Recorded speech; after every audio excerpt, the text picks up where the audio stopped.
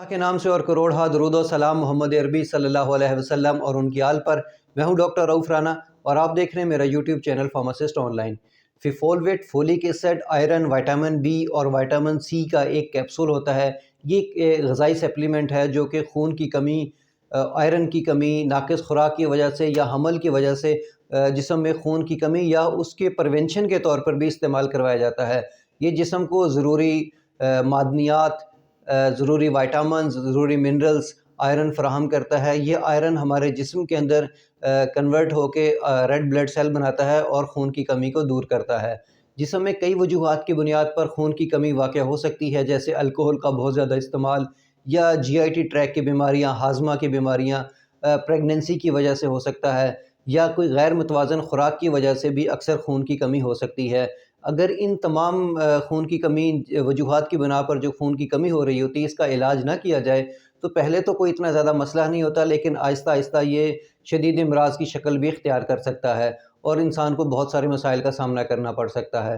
फिफोलवेट जिस्म को जो है आयरन और विटामिन्स फ़राहम करता है, जो खून में रेड ब्लड सेल की जो प्रोडक्शन है उसमें इजाफ़ा करता है और जो कमज़ोरी और नकाहत की जो अलामत है इसको दूर करता है। इसमें मौजूद विटामिन सी जो होता है वो आयरन को जज़्ब करने की में मदद देता है। जितना आयरन हम लेते हैं वो जज़्ब उसी सूरत में होता है जब हमारे जिस्म के अंदर विटामिन सी मौजूद होता है। विटामिन सी आयरन को अब्ज़ॉर्ब करने की और जुज़्व बदन बनाने की सलाहियत रखता है।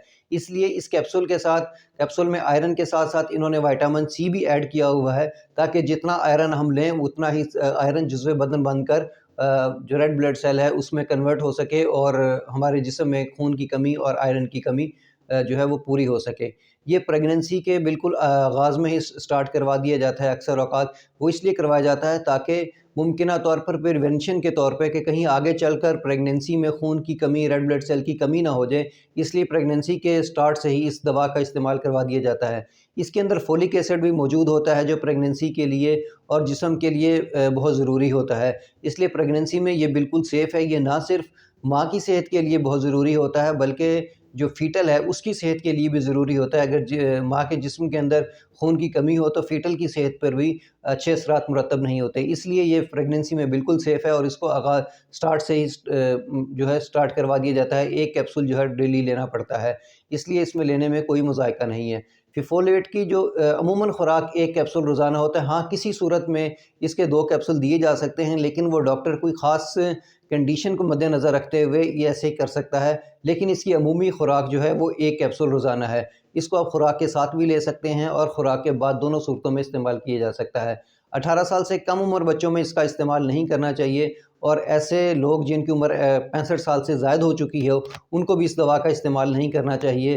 तब के डॉक्टर उनको रिकमेंड करे, लेकिन 65 साल की उम्र के बाद इस्तेमाल करना रिकमेंडेशन में नहीं है। इसका इस्तेमाल अपने तौर पर ख़ुद ब खुद लंबे अरसे के लिए नहीं करना चाहिए।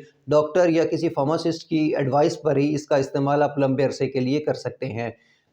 इसके जो साइड इफ़ेक्ट है उसमें अमूमन दिल घबराना, बेचैनी होना, ये इसके अमूमन साइड इफ़ेक्ट है। और इसका एक सबसे बड़ा साइड इफ़ेक्ट जो अक्सर लोग फेस करते हैं वो कब्ज़ का होना है।